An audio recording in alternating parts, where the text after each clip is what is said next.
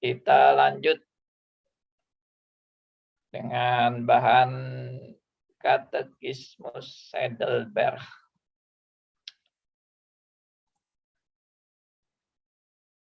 Ya, saya akan share. Kita sudah sampai ke pertanyaan 58. Ya, pertanyaan 58.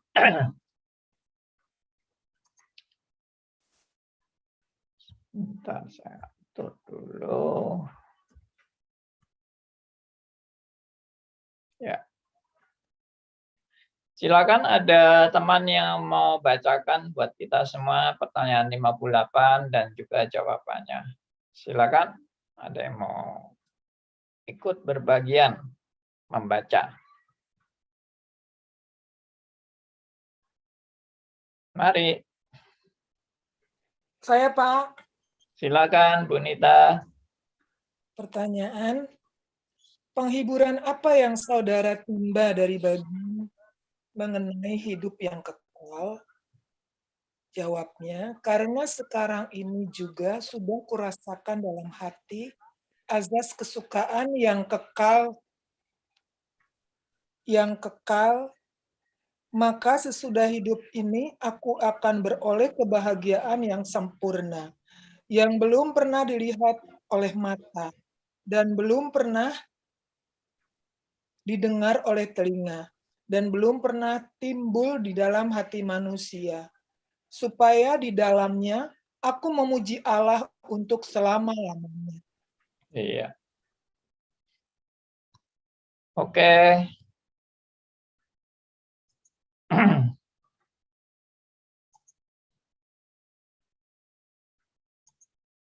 Ya, kita sudah sampai pertanyaan 58 dan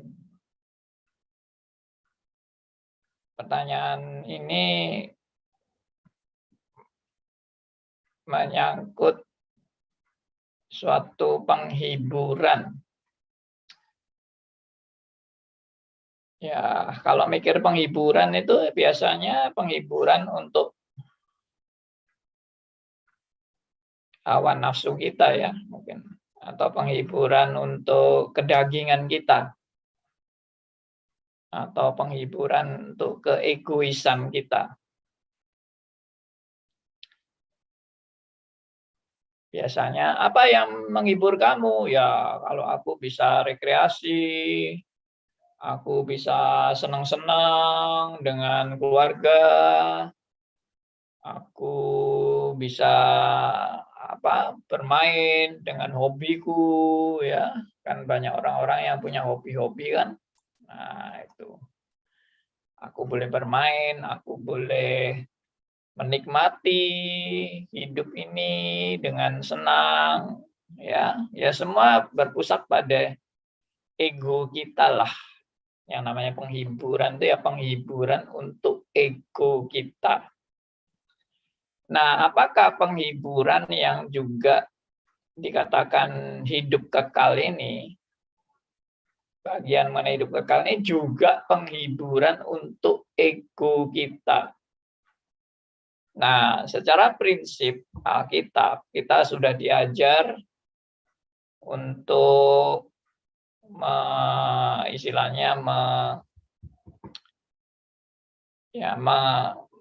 memegang satu prinsip yang jelas, yaitu theosentris dan bukan dengan egosentris.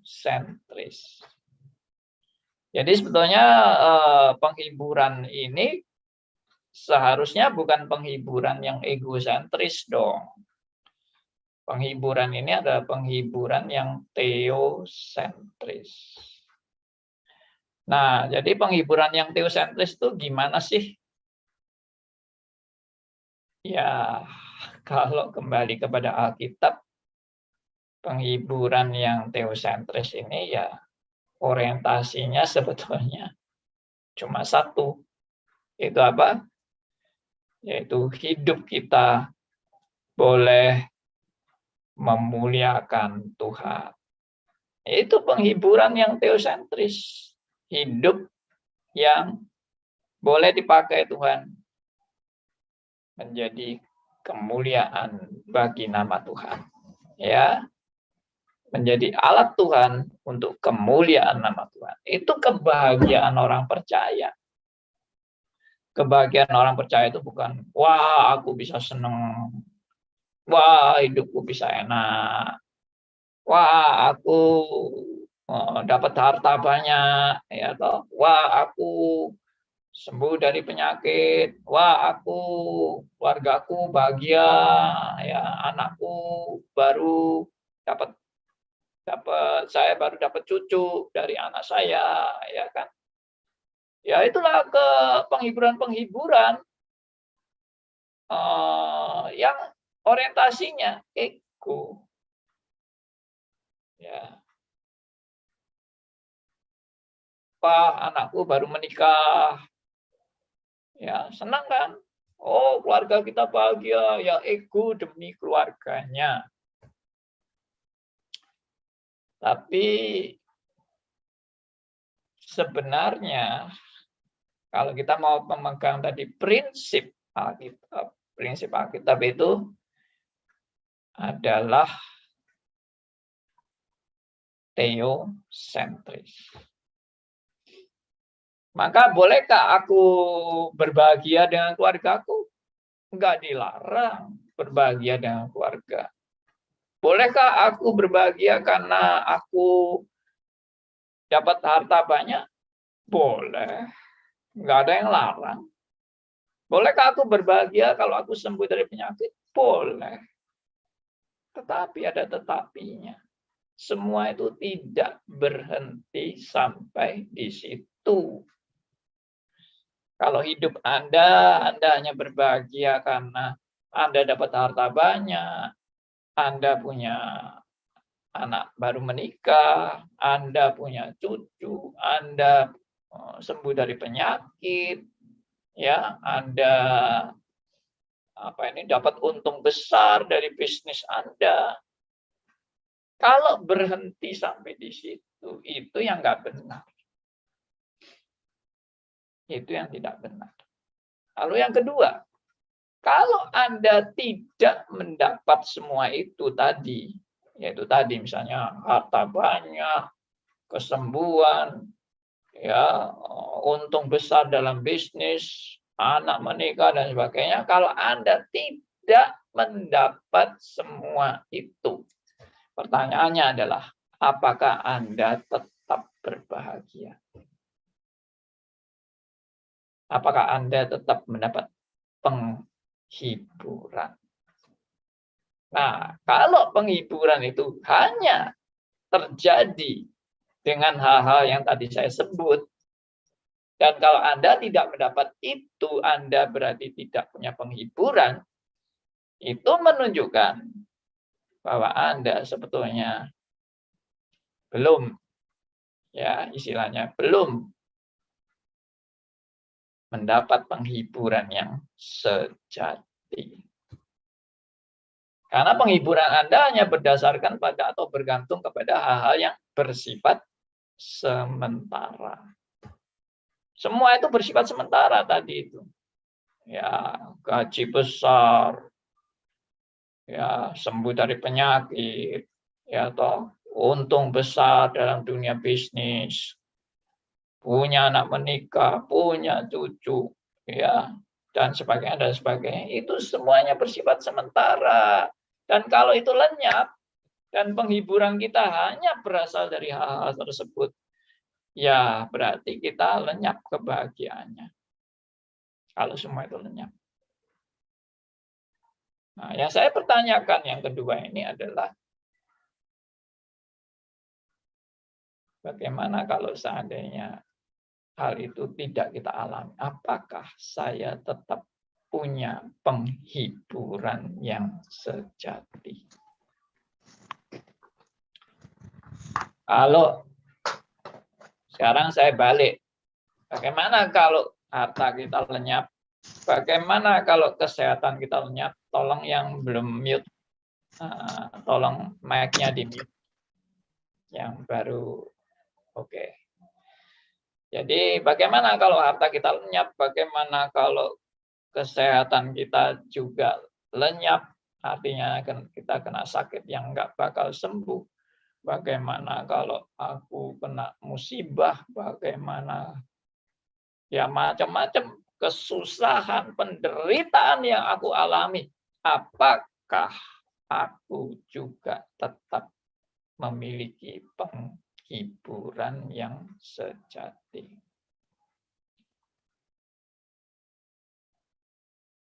Nah, jadi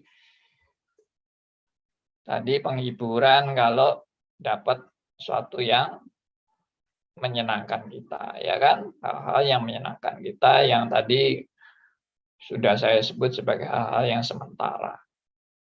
Tapi bagaimana kalau nggak dapat? Setelah nggak dapat, bagaimana yang ketiga ini kalau dapat malah dapatnya malapetaka. Dapatnya musibah, dapatnya sakit penyakit, ya, dapatnya bencana. Bagaimana kita kalau menghadapi itu? Dan yang terakhir adalah seperti yang tadi saya katakan, penghiburan yang paling sejati bagi orang percaya adalah kalau hidupku boleh memuliakan Tuhan. Hidupku boleh dipakai untuk kemuliaan bagi Tuhan.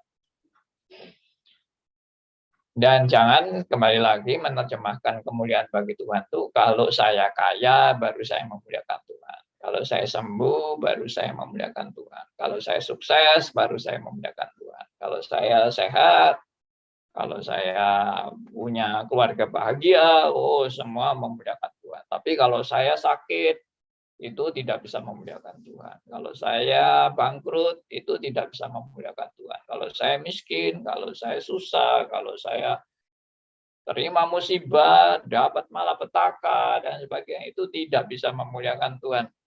Nah, itu yang perlu dipertanyakan. Benarkah tidak bisa memuliakan Tuhan? Kalau Anda miskin, kalau Anda kena musibah, kalau Anda kena sakit penyakit yang tidak disembuhkan, benarkah kita tidak dapat memuliakan Tuhan? Itu rumus yang kalau kita bisa memuliakan Tuhan, kalau kita kaya, kalau kita sehat, kalau kita sembuh dari penyakit, kalau kita sukses, kalau kita dagangan untung besar, kalau kita keluarga bahagia, dan sebagainya, itu baru bisa memuliakan Tuhan. Itu rumusnya teologi sukses. Teologi sukses, teologi kemakmuran, ya, teologi apalagi sudah, ya, teologi kesembuhan dan sebagainya. Itu orientasinya ya memuliakan Tuhan tuh kalau aku diberkati Tuhan secara berkelimpahan, baru itu namanya memuliakan Tuhan. Tapi kalau aku miskin, kalau aku sakit penyakit, terkena sakit penyakit, kalau aku terpuruk, kalau aku dapat bencana, bagaimana itu bisa memuliakan Tuhan? Nggak bisa. Nah, itu ajaran teologi sukses yang berasal dari setan. Ya, maaf saya kalau ngomong terlalu keras, tapi benar dari setan itu. Itu bukan ajaran Alkitab. Ajaran Alkitab adalah baik Anda terima berkat-berkat jasmani yang hanya sementara, atau Anda tidak dapat berkat jasmani, atau bahkan Anda mendapat bencana, musibah, malapetaka, semuanya adalah untuk kemuliaan bagi Allah. Saya tahu banyak orang yang nggak setuju dengan pendapat yang saya paparkan ini. Bahkan ada yang bilang itu pendapat gila itu. Itu orang gila itu kalau bilang dengan malapetaka hidup saya bisa memuliakan Tuhan. Ya berarti orang yang menyebut pendapat ini gila itu ya berarti ya dia sudah terkena teologi sukses, teologi kemakmuran. Saya tidak mengatakan teologi penderitaan ya. Kalau teologi penderitaan itu berarti yang bisa memuliakan Tuhan itu hanya kalau kita menderita. Tapi kalau kita tadi berhasil, sukses, kaya, oh itu tidak bisa memuliakan Tuhan. Itu ya tidak benar juga. Ya, kalau teologi penderitaan hanya penderitaan yang bisa memuliakan Tuhan. Yang kesuksesan itu pasti setan, kesuksesan itu. Ya, kekayaan itu setan. Kita harus jauhi kekayaan. Jadi orang Kristen tidak boleh kaya. Tidak boleh makmur, tidak boleh sehat. Harus sakit terus, baru itu memuliakan Tuhan. Ya, itu juga ajaran bujukan dari setan juga. Nggak benar. Ya. Jadi yang benar bagaimana? Yang benar ya Tuhan tuh pakai segala sesuatu untuk kemuliaan bagi namanya. Segala sesuatu yang dipakai. Ya, jadi jangan kita punya konsep penghiburan itu yang salah. Ya.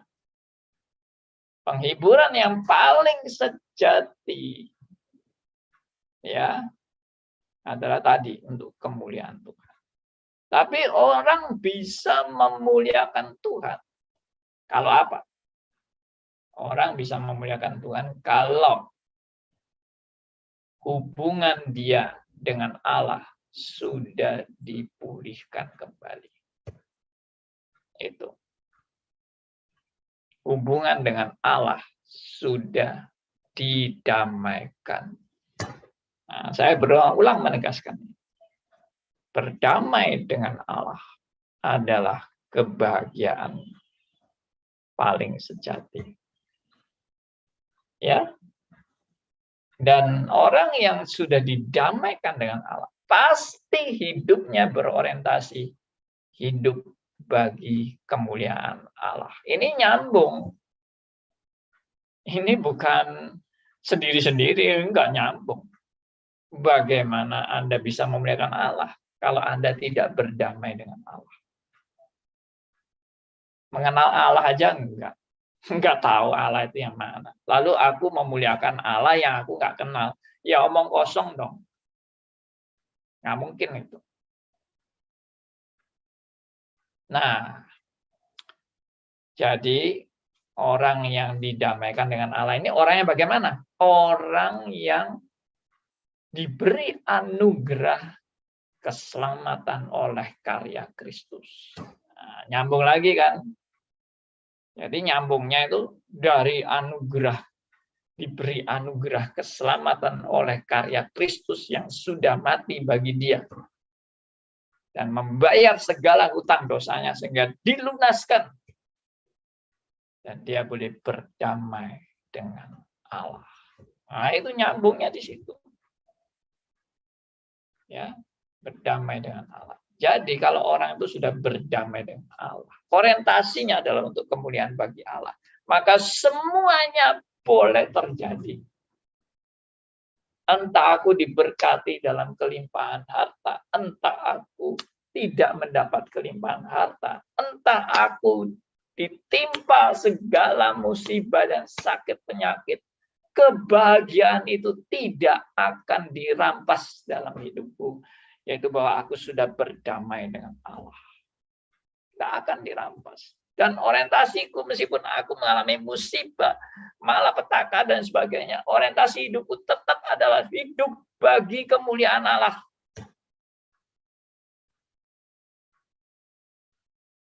Jadi baiklah melalui hidupku, melalui berkat berkelimpahan yang aku terima, berkat jasmani yang aku terima, berkat rohani yang aku terima.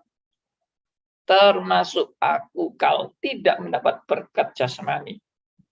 Termasuk kalau aku bahkan tertimpa musibah dan malapetaka. Orientasi hidupku cuma satu. yaitu kemuliaan bagi Allah. Sudah. Nah, ini baru orang itu mengenal kebahagiaan yang benar-benar kebahagiaan kekal. Kebahagiaan kekal itu tidak dipengaruhi oleh sikon dunia yang sementara. Sakit penyakit pun tuh hanya sementara. Pak Andi. Sampai aku mati, maka semua Ya nggak selesai. apa-apa, dipotong. Pak Andi. Ya, silakan Pak Sugianto. Ya, di dalam berdamai dengan Allah, itu ada usaha dari manusianya nggak, Pak? Tidak ada sama sekali. Jadi berdamai dengan Allah itu ya semua karya pekerjaan Roh Kudus yang dianugerahkan kepada kita semua. Jadi ya poin berdamai dengan Allah itu bagaimana? Pertama, saya mati rohani, dihidupkan rohaninya. Itu karya siapa? Ya karya Roh Kudus dong, bukan karya saya untuk melahirkan saya kembali itu. Itu karya Roh Kudus. Lalu mencelikkan mata rohani saya sehingga dari buta menjadi tercelik. Itu karya siapa? Ya Roh Kudus juga. Lalu saya menerima karya Kristus di kayu salib. Karya Kristus di kayu salib itu karya siapa? Ya karya Kristus, bukan karya saya. Kristus datang untuk membayar segala hutang-hutang dosa kita. Karya siapa? Karya Kristus. Lalu saya menerima Kristus sebagai Tuhan dan Juru Selamat. Karya siapa? Ada yang kalau Arminian bilang itu karya kita. Tapi kalau orang Reform bilang, Anda bisa menerima Yesus. Itu karena Anda ditarik oleh Bapa.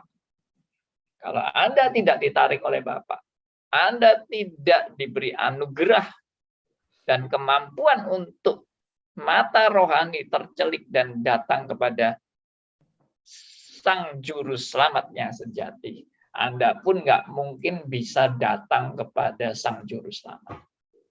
Jadi Anda dan saya bisa datang kepada Sang Juru Selamat, itu pun karya Allah. Jadi kita ini, apakah kalau gitu kita robot? Tidak robot juga. Tapi cara Tuhan itu membuat saya bisa datang pada Kristus, saya itu disadarkan. Saya diinsyafkan. Saya dicelikkan mata rohani saya. Saya difungsikan sebagaimana seharusnya. Saya menyadari sebagai orang berdosa datang kepada salib Kristus. Itu semua bukan karena kesadaran dari asli saya, tapi pekerjaan Roh Kudus yang menyadarkan dan mengisyafkan saya. Sehingga saya boleh didamaikan dengan Allah. Nah, itu semua karya siapa? Ya karya semuanya karya Allah Tritunggal, bukan karya manusia. Itu Pak. Makasih Pak. Oke, Jadi Pak Andi. intinya nggak ada dari kita ya Pak. Nggak ada, sama sekali nggak ada. Oke, Semua itu kalau kita lihat Roma 11 ayat 36 ya. Coba perhatikan Roma 11 ayat 36 itu selalu didengung-dengungkan oleh Pak Endarto ya. Ya, segala sesuatu dari Dia, oleh Dia, dan kepada Dia, baginya lah kemuliaan sampai selama-lamanya. Segala sesuatu adalah dari Dia dan oleh Dia dan kepada Dia. Bagi Dialah kemuliaan sampai selama-lamanya. Jadi sebetulnya manusia ini sudah mati. Anda dan saya ini debu yang sudah nggak ada artinya. Tapi Tuhan mau berbelas kasihan membangkitkan Anda dan saya untuk disadarkan, diinsyafkan. Ya mana yang dari saya? Ya nggak ada sama sekali. Makanya dikatakan segala sesuatu adalah dari Dia. Lalu sekarang dalam perjalanan ini, siapa yang berperan? Ya juga oleh Dia. Makanya dikatakan dari Dia dan oleh Dia. Ya, coba saya sharekan ayatnya supaya lebih mantap. Ya, Roma 11 ayat 36.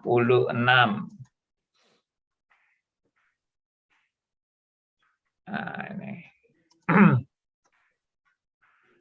Bentar, sabar.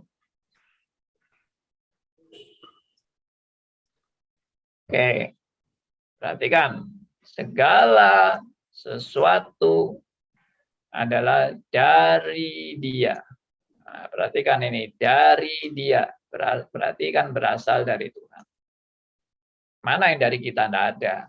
Lalu dalam proses berlangsungnya ini, dari mana? Proses berlangsungnya ini pun adalah oleh Dia.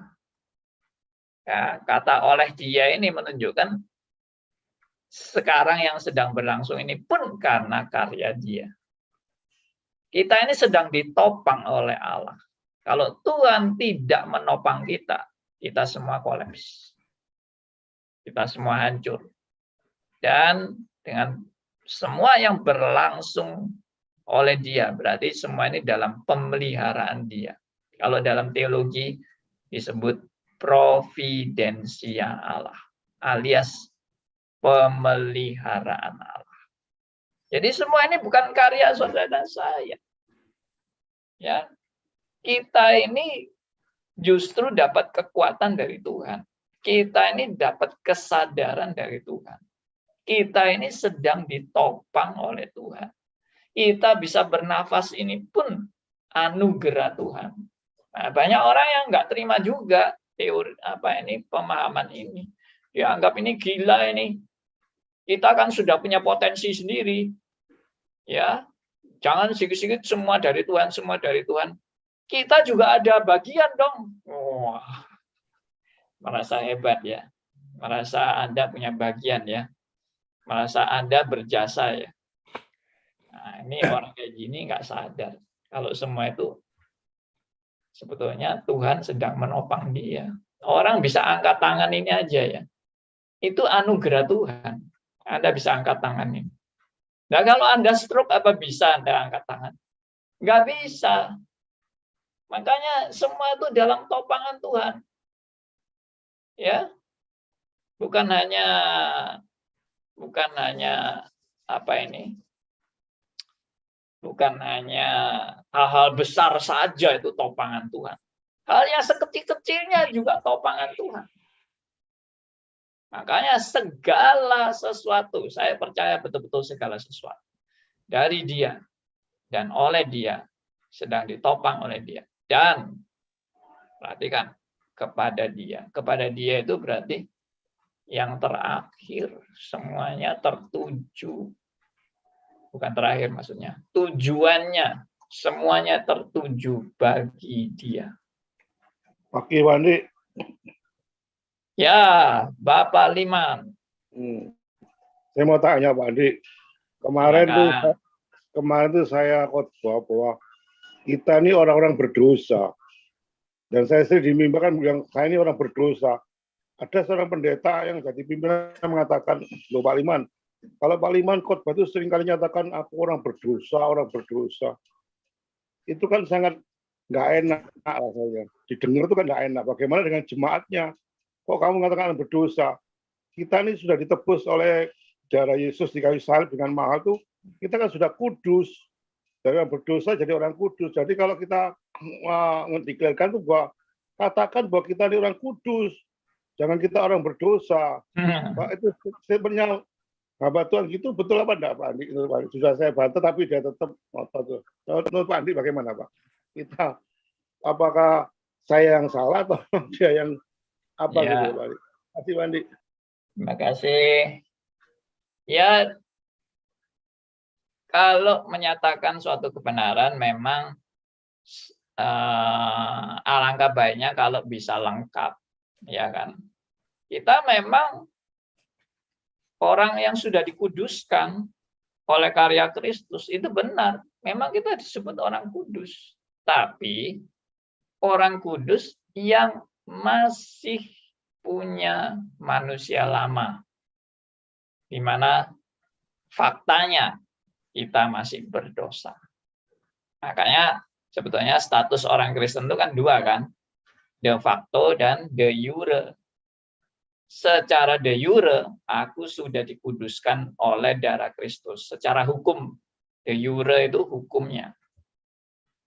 Tapi secara de facto, yaitu faktanya, saya tetap orang berdosa. Saya masih punya kedagingan. Nah, jadi memang kalau Pak Liman menekankan kita orang berdosa, itu faktanya, de facto-nya. Ya, tapi memang kita bukan hanya sekedar orang berdosa, kita memang orang yang sudah ditebus oleh karya Kristus dan sudah didamaikan dengan Allah, itu de jure-nya. Ya, jadi menurut saya ya nggak apa-apa orang mau kritik kita kayak gitu sih, ya benar. Tapi kamu juga jangan hanya lihat de jure-nya aja, kamu juga harus lihat de facto. Jadi dua itu keseimbangan. Ya. Kita adalah de facto-nya manusia berdosa, tapi manusia berdosa yang sudah dikuduskan dan yang sekarang masuk dalam proses pengudusan alias sanctification. Ya, dalam proses itu kita jatuh bangun, dibentuk oleh Tuhan, dilatih oleh Tuhan, dan sebagainya. Ya itulah Pak. Demikian. Andi, tadi yang Pak Sugianto punya pertanyaan mungkin juga cocok dengan, apakah cocok juga dengan Titus 3 ayat 5 yang menyatakan bahwa waktu itu kita diselamatkan itu bukan perbuatan baik, melainkan kelahiran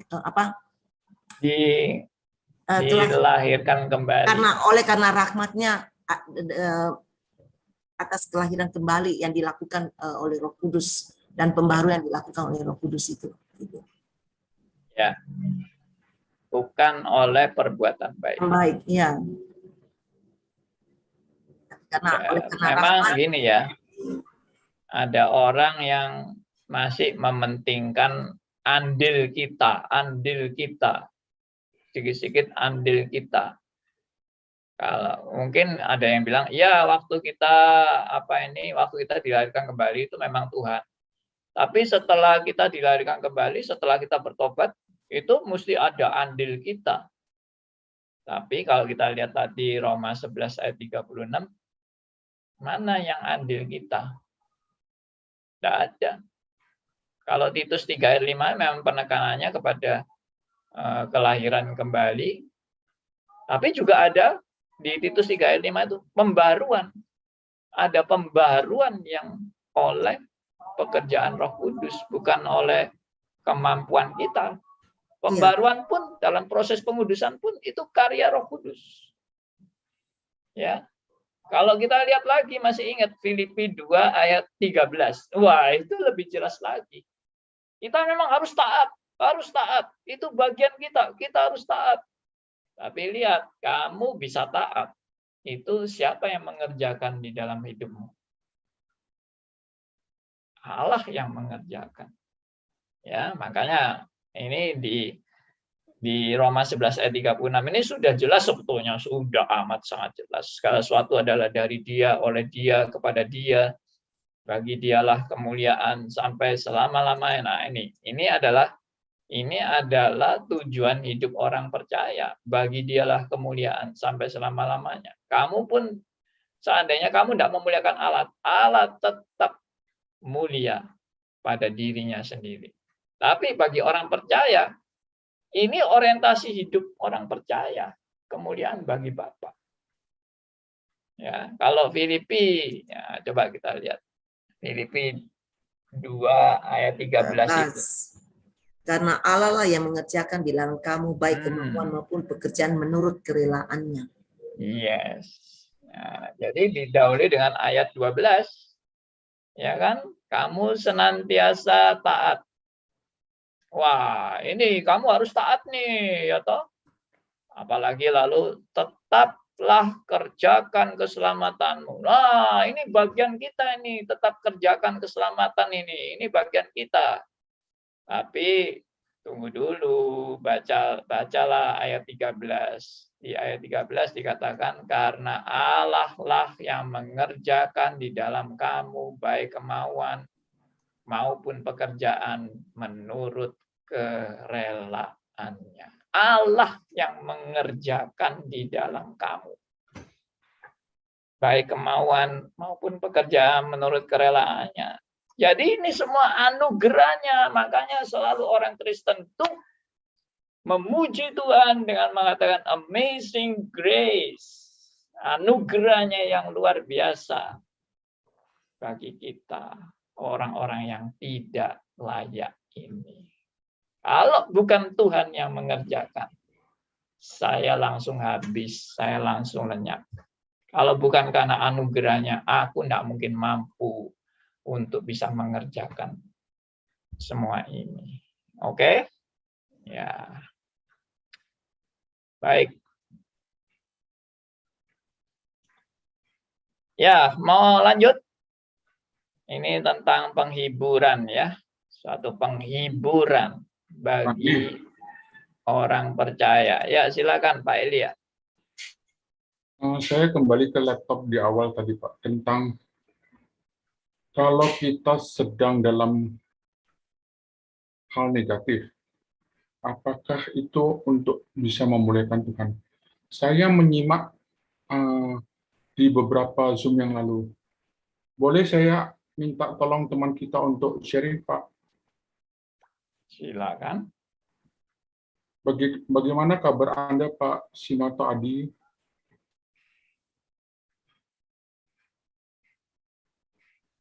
Halo, Pak Adi. Pak Sinoto. Ya, siap. Ya, saya cukup tertegun pada saat pertama kali Anda ikut Zoom pendetaan di Halim. Bolehkah kita dengar sharing Anda, bagaimana Anda bisa menemukan jalan Tuhan dari kisah memilukan Anda? Maaf Pak Andi, bolehkah saya lanjut? Atau Boleh, boleh. Oh ya, terima kasih. Harus ke moderator dulu, bukan, ke narasumber dulu. Monggo Pak Adi, Pak Sinoto Adi. Ya. Saya ini kan menyadari karena ketidakmampuan saya untuk datang kepada Tuhan. Jadi saya menyadari bahwa saya itu berdosa itu karena ada orang yang mengajak saya, gitu kan, mengajak saya, akhirnya diperkenalkanlah pengertian-pengertian yang baru sekarang ini, gitu kan. Makanya saya itu selalu belajar dari Pak Andi ini karena tadinya saya memang banyakkan dari usaha saya, dari oh ya saya itu harus baik, harus berbuat baik, dan orang memang di luar itu mengatakan oh Noto itu baik ya, gitu kan. Itu dan bahkan saya sampai detik-detik yang saya merasa waduh, berarti orang yang dekat dengan saya itu terutama keluarga saya itu berbahagia karena saya orang yang baik. Nah, itu ada kesombongan yang selama ini yang karena semua usaha manusia, gitu kan. Nah, ternyata saya benar-benar saya benar belajar nih. Saya benar-benar setelah saya mengenal Pak Andi, lalu saya belajar ada RMC, saya sering dengar firman Tuhan dari Pak Stephen Tong tentang predestinasi, lalu juga dari Pak Andi. Saya benar-benar ini memang Tuhan menunjukkan jalannya yang benar, karena selama ini saya hanya usaha saya, hanya kemauan saya, bahwa saya itu oh ya kamu itu baik, tetapi itu ternyata bohong. Saya kemarin bilang bahwa saya itu hancur, pernah berkeluarga hancur karena apa? Karena kesombongan saya. Oh Noto itu baik, ternyata nggak ada sesuatu yang baik pada diri saya sebenarnya, gitu kan. Memang hanya usaha untuk berbuat baik, tetapi dari situ semua itu seperti orang bilang ya di depan orang kelihatan baik, ternyata itu hanya berusaha untuk berbuat baik. Nah, ternyata enggak. gitu loh. Saya kemarin yang benar-benar saya itu nggak ada sesuatu yang baik yang apalagi di mata Tuhan gitu kan. Ya makanya saya dari situ akhirnya saya terus belajar. Kalau ada kesempatan gitu terus belajar. Saya lihat dari Pak Andi YouTube-nya dari awal, saya terus ikutin gitu kan. Saya tulis sampai saya setiap ini saya nulisnya. Karena Pak, saya ingin mengerti. Karena selama ini saya nggak mengerti. Takutnya saya itu karena karena ketidakmengertian saya. Karena selama ini seperti tadi Pak Andi bilang, orang itu yang tidak bisa dilihat dari mata, tidak dengar. Itu hanya yang dijelaskan selama ini mengenai harta, mengenai kekuasaan, mengenai keberhasilan, bukan berdasarkan benar-benar dari Tuhan yang kedamaian yang sejati. Itu hanya selalu dikatakan seperti kemarin saya bilang, orang itu harus jadi kepala, bukan ekor terus gitu. Jadi saya tuh hanya melihatnya itu setelah saya merasakan kehancuran, saya baru nyadarin, oh iya, bahwa yang disampaikan Pak Andi ini benar-benar benar gitu. Jadi saya terus belajar terus supaya saya mengerti, karena selama ajaran-ajaran yang saya terima banyak yang ngawur. Nah itu sih saya bersyukurnya bisa mengenal ini pun dikenalin gitu kan. Ya dulu sih pernah mengenal, cuman nggak begitu paham gitu kan. Cuman setelah dikenalkan ini baru benar-benar kalau ada waktu, ada kesempatan, saya ikut aja supaya saya mengerti gitu. Makasih Pak Andi dan Bapak Ibu semuanya. Ya, terima kasih Pak Sinoto Adi. Yang mau saya tarik kepada laptop pembukaan Pak Andi pertama tadi adalah bagaimana kita pada saat kita terpuruk kita bisa memuliakan Tuhan. Kasus ini bukan kasus topik ini, saya langsung teringat kepada Pak Sinoto Adi. Makanya saya minta beliau untuk menyaksikan bahwa kalau beliau tidak dihancurkan Tuhan, dia tidak bisa memuliakan Tuhan. Dia akan memuliakan dirinya sendiri. Saya mau menarik kepada salah kamarnya Pak Liman tadi ya. Tanda kutip salah kamar. Kalau dia berkhotbah tentang yang negatif, tentang salib, tentang menyangkal diri di komunitas itu, Pak, waduh, itu yang maksudnya saya salah kamar. Kalau Pak Liman punya komprehensif khotbah yang dikatakan oleh Pak Andi, de jure dan de facto, maka mereka yang mendengar akan ikut Pak Liman. Kalau hari ini dia protes tuh Pak Liman, Anda tuh kok begini? Poin saya adalah kalau kita betul-betul bisa kembali kepada Alkitab yang dulu kemarin saya katakan, seorang pengkhotbah atau penginjil harus pandai dalam merangkai kata atau kalimatnya. Itu yang saya ingin sampaikan. Thank you, Pak Andi. Terima kasih, Bapak Elia. Ya, ada lagi yang mau bertanya atau sharing atau? Saya Pak Andi. Ya, Pak Johan. Iya, makasih Pak Andi. Tadi Pak Andi mengingatkan dan meneguhkan saya kebetulan dalam minggu ini, khususnya kemarin saya dapat ayat untuk saya bagikan di dalam gereja kami. Tadi Pak Andi bilang bahwa orang bisa memuliakan Tuhan jika hubungan dengan Tuhan telah didamaikan dengan Allah. Maka orang yang hidupnya telah didamaikan dengan Allah, maka dia pasti fokusnya untuk memuliakan Allah. Ya. Nah, saya dapat ayatnya di ini Pak, 2 Korintus pasal 5 ayat 18 sampai 21. Coba bisa saya baca Pak Andi. 2 Korintus pasal 5 ayat 18 sampai 21.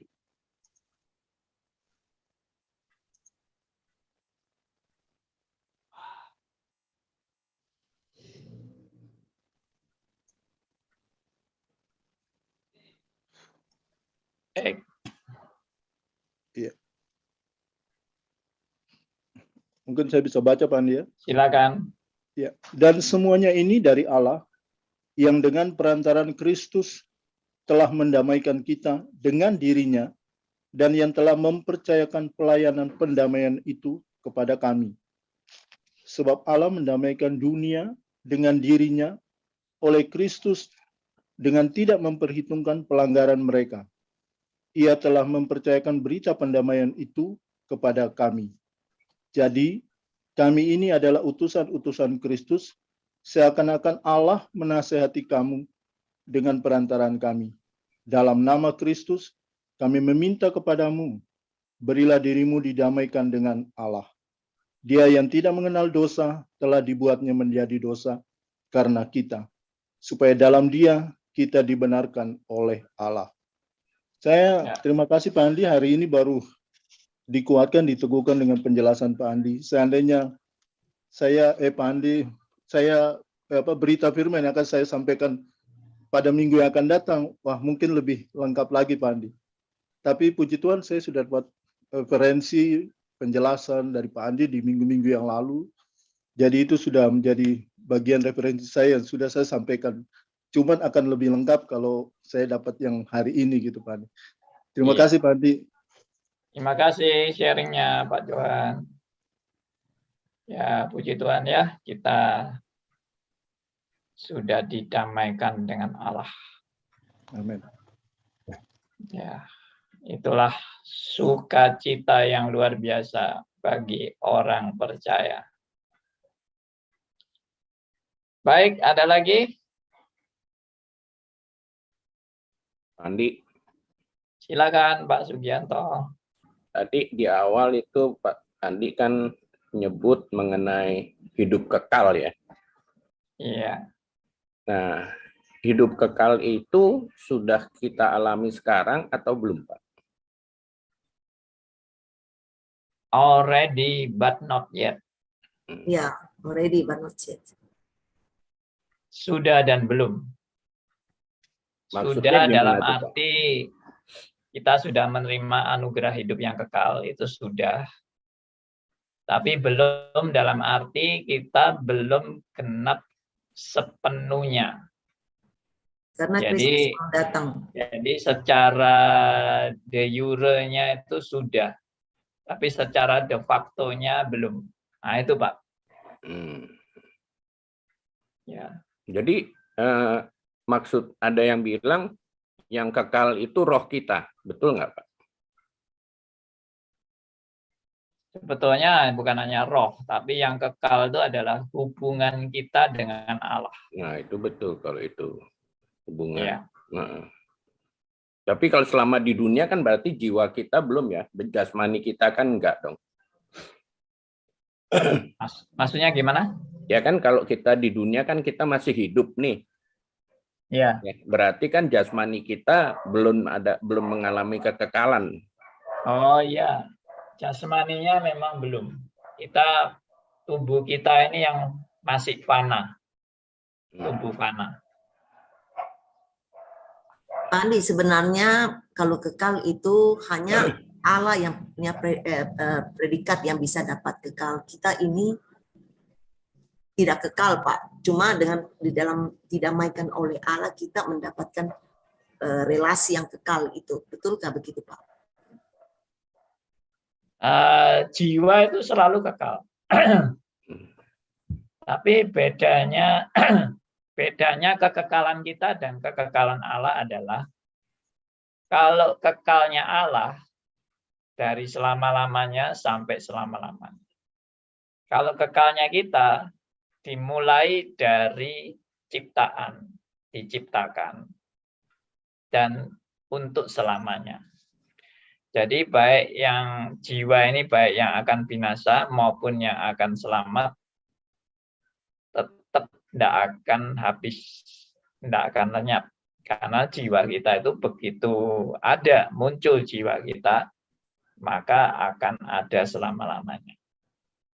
Nah, cuma nggak pernah dari selama-lamanya. Nah, gitu. Kalau yang dari selama-lamanya itu hanya Allah. Kalau kita ini pernah dimulai, pada awalnya dimulai, tapi untuk selamanya. Dan untuk selamanya ini juga ada yang selamanya diselamatkan, ada selamanya dalam kebinasaan. Jadi yang membedakan itu dari selamanya sampai selama-lamanya itu Allah, sedangkan kita hanya Yes. selamanya. Dari kita. Everlasting kalau nggak salah itu Yes. Pak. Oke. Hmm.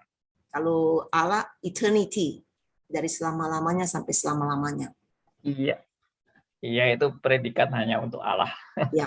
Iya itu saya maksudnya jelaskan di sini karena supaya juga orang lain juga tahu bahwa kita itu karena Pak Sugianto tadi bicara tentang kekal itu harus dibedakan Pak. Kita ini tidak kekal seperti Allah gitu.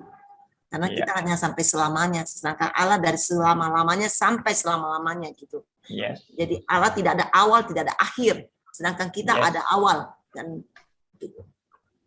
Oke, makasih Pak. Oke. Pak Andi, Ya, Pak Kita- Elia. kita Terima punya kasih Pak hutang. Andi. Terima kasih. Kita punya hutang. Pak Arifin kemarin mau ngomong nggak? Jadi kita persilakan ngomong hari ini, boleh kah? Oh ya, silakan. Pak Arifin.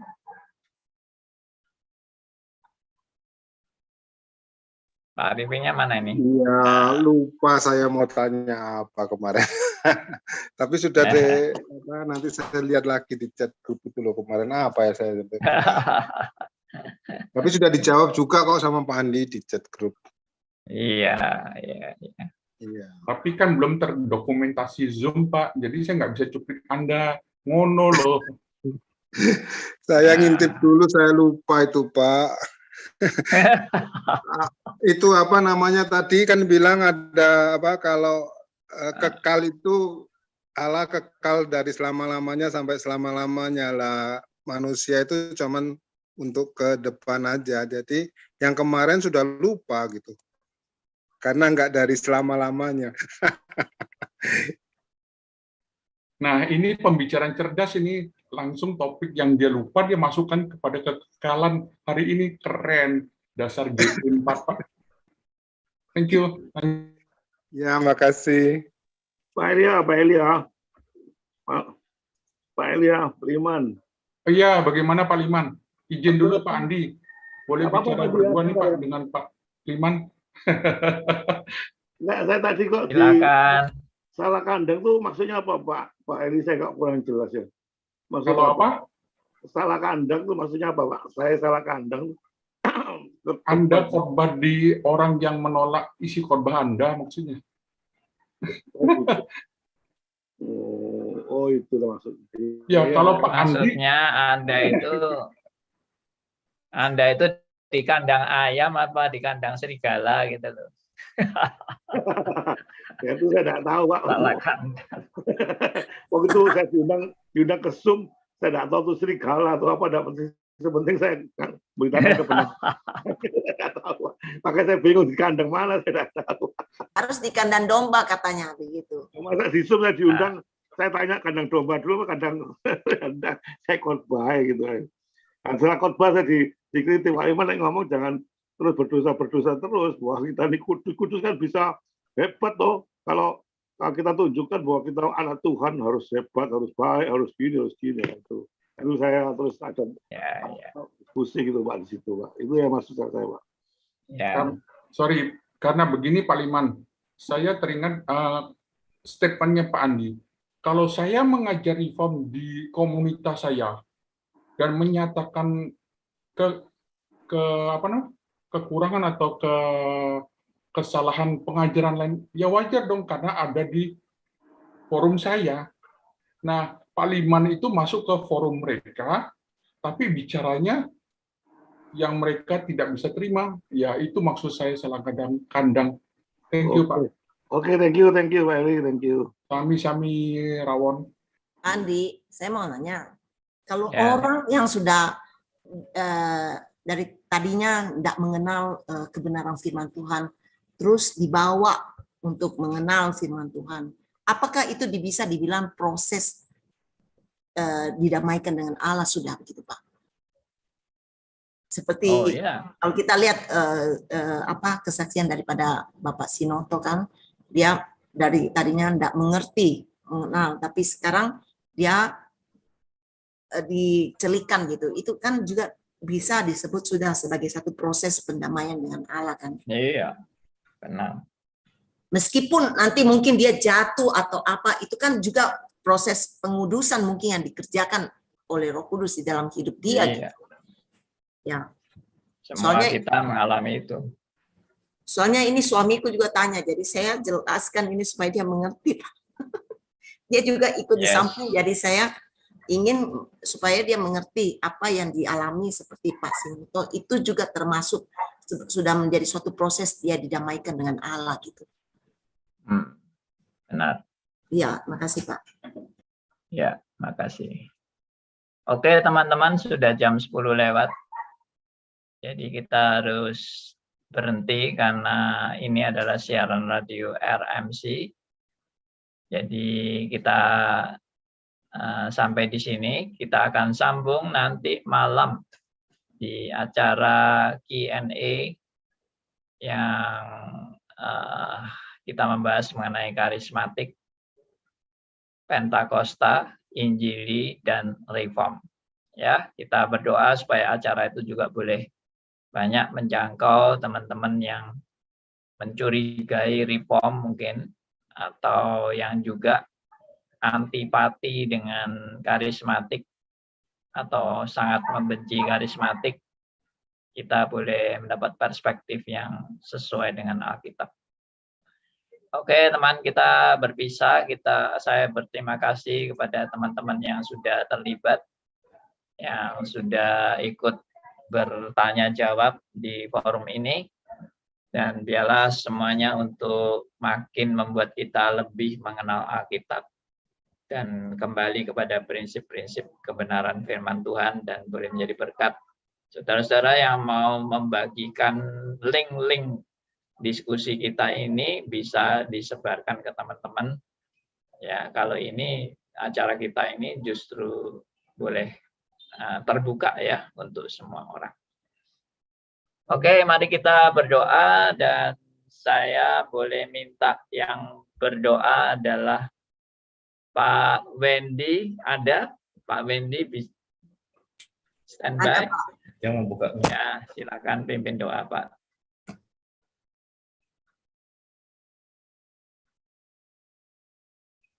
Mic-nya belum dibuka. Mic. Doa.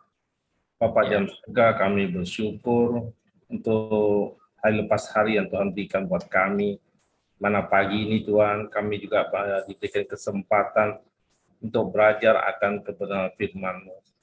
Bila setiap kami diberikan pemahaman yang benar akan kebenaran firman-Mu, di mana kami bersyukur untuk hamba-Mu, Pak Andi, yang selalu membimbing, memberikan pencerahan buat kami, agar kami Tuhan selalu bisa mempergunakannya semua ini ya Tuhan, untuk bisa membagikan berkat kepada orang lain. Terima kasih Tuhan, kami bersyukur untuk semuanya ini hanya di dalam nama Tuhan Yesus Kristus. Amin. Amin. Oke, terima kasih Pak Wendy. Terima kasih buat semua rekan.